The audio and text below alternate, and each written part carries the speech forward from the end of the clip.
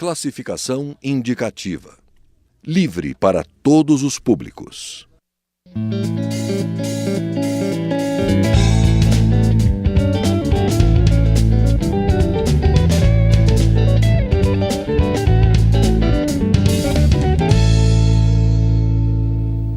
Olá!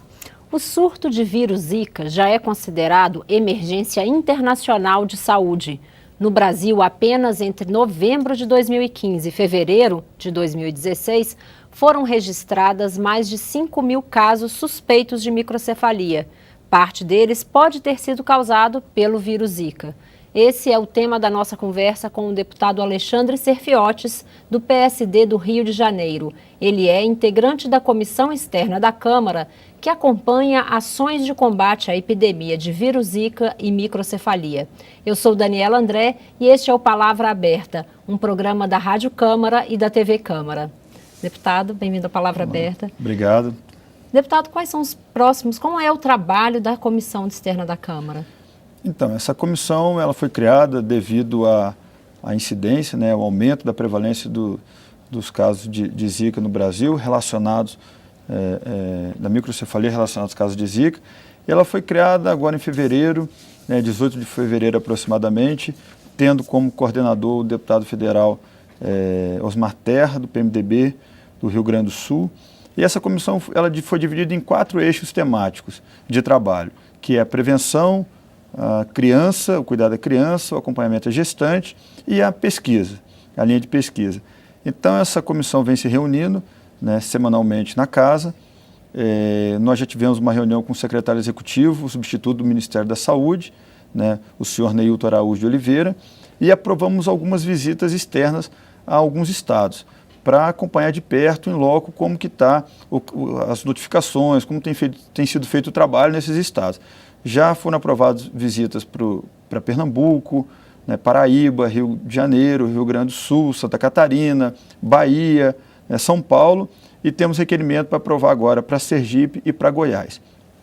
Então nós vamos até esses estados com os membros da comissão externa para acompanhar como tem sido feito o trabalho, as notificações, a prevenção e tudo mais.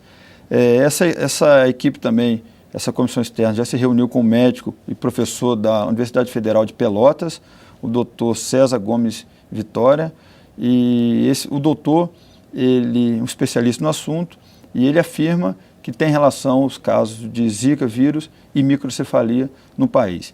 E pede para que sejam intensificadas pesquisas para que a gente possa conhecer um pouco mais sobre a doença, um pouco mais sobre o vírus. Nessa semana, nós estivemos visitando o Centro Nacional de Gerenciamento de Riscos e Desastres, aqui no Governo Federal, que é a sala de situação onde tem sido feito o controle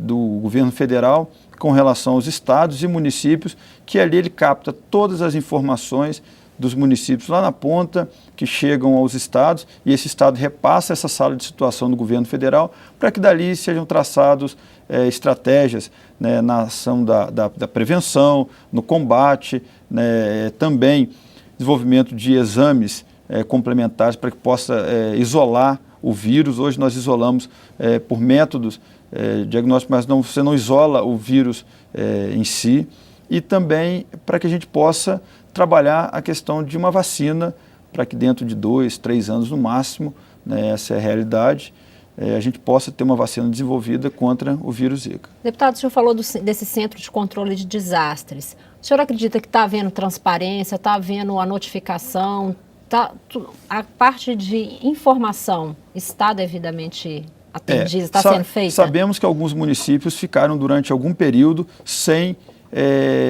emitir informação a esse centro, sem notificar os casos. Então pode estar havendo também uma subnotificação em alguns estados. Por isso esse trabalho da comissão externa indo aos estados vai permitir com que a gente possa ver como tem sido feito o trabalho nos estados. Porque para que tenha uma ação efetiva, nós visitamos o centro de referência do governo federal, que compõem membros de diversas áreas, Ministério da Saúde, Ministério da Educação, Planejamento, Casa Civil, mas sabemos que é um centro que recebe a informação. A gente sabe que o problema, o foco, o criador do mosquito, ele está lá na ponta, lá nas casas. 80% hoje dos focos de criador do mosquito, Aedes aegypti, é domiciliar. Então, esse trabalho tem que ser efetivo no município. A gente cobrou isso muito da sala de situação, que não adianta você preparar uma sala de situação do governo federal, o Estado, mas é lá na ponta. Então a demanda está com os prefeitos, com os gestores, com os secretários de saúde municipais. Então essa informação ela tem que ser captada dos municípios, repassada ao Estado e o Estado repassar essa informação ao governo federal. E ali você traça a estratégia de acompanhamento, de prevenção e tudo mais. Sabemos que hoje mais de 50% dos casos se encontram em apenas 200 municípios do nosso país, sendo que nós temos mais de 5.570, são aproximadamente 5.570 municípios. 50% dos casos se concentram em 200 municípios apenas. Então essas informações são importantes para que haja um efetivo combate ao mosquito. Então, essa informação chegar ao centro é muito importante. Só que vale lembrar que a informação está lá no município. Deputado, o senhor falou que 200 municípios concentram a maior parte dos casos. Já foi detectado o que há em comum entre esses municípios? Tem alguma característica, alguma questão de estrutura que leva a epidemia a se concentrar mais nesses locais? Estrutura urbana, né? Depósito de lixo em local inadequado, né? Jogar o lixo em terreno vazio. Então, 80% dos criadores estão no lixo doméstico. Então, a gente sabe que a infraestrutura ela é extremamente importante para diminuir os casos, diminuir a proliferação do mosquito. Então, a gente diz que é muito importante que envolva toda a sociedade nessa prevenção. Sabemos que o Brasil é um país enorme, com dificuldades logísticas também, que vão variar de região para região, de estado para estado. Então, nós não podemos ficar apenas esperando do poder público uma atuação. É importante que a gente conscientize para que cada cidadão hoje, ele faça a sua parte e além dele fazer hoje a sua parte, que ele cobre do vizinho, do familiar, para que também faça a sua parte. Então é muito importante que os municípios também preparem essas salas de informação, essa sala de situação, com participação da Secretaria de Saúde Municipal, as Secretarias de Educação, a Defesa Civil, para que essas informações cheguem de forma correta, né, nos municípios, e os municípios repassem ao Estado e ao Governo Federal para que efetivamente o combate seja feito. Deputado, nós estamos num momento de corte de gastos e queda de arrecadação em todas as esferas. E, por outro lado, uma crise na saúde. Como conciliar esses dois fatores? A crise na saúde já vem de muito tempo, né? Infelizmente, hoje a gente encontra um sistema de saúde que está entrando em colapso, né? Foi contingenciado este ano aproximadamente 3 bilhões de reais. O orçamento na saúde, na verdade, esse ano, ele já é inferior ao ano de 2015 e ainda foi contingenciado aproximadamente 3 bilhões. Então, a gente se preocupa muito, porque toda ação, ela depende de recursos de investimento. Então, a gente sabe que a gente vem na casa trabalhando a PEC 01 de 2015, que é uma PEC que vem sendo construída desde o ano passado.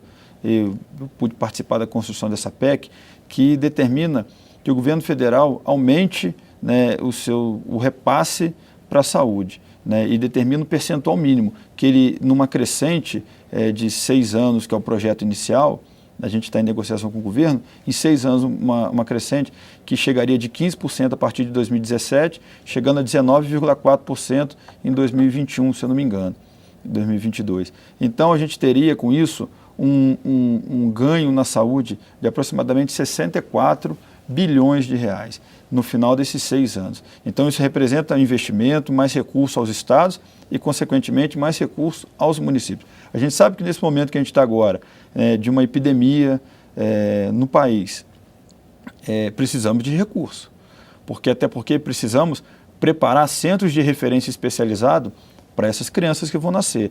Então essas crianças vão precisar de apoio, de suporte para o resto da vida, porque a gente sabe que elas vão ter um retardo, um déficit mental, intelectual e motor. Então essas crianças vão precisar de centros especializados, com equipes multiprofissionais para dar um suporte. E não só a esses pacientes, mas às famílias também, aos pais dessas crianças. E, consequentemente, a síndrome, o Zika vírus, ela pode ter como complicação aguda também a síndrome de Guillain-Barré, que muitas vezes leva o paciente a ter necessidade de um cuidado imediato no CTI. E esse paciente pode ficar de 6 meses a 1 ano na cadeira de roda, também dependendo de uma equipe multiprofissional, de centros especializados para fazer o seu acompanhamento. Então, de fato, essa epidemia vai requerer do governo federal mais investimento, mais recursos para a saúde. E essa tem sido a nossa luta junto ao Ministério, a nossa luta junto ao governo federal, garantir esses recursos para que a gente possa ter o combate efetivo à proliferação do mosquito e que a gente possa dar um suporte,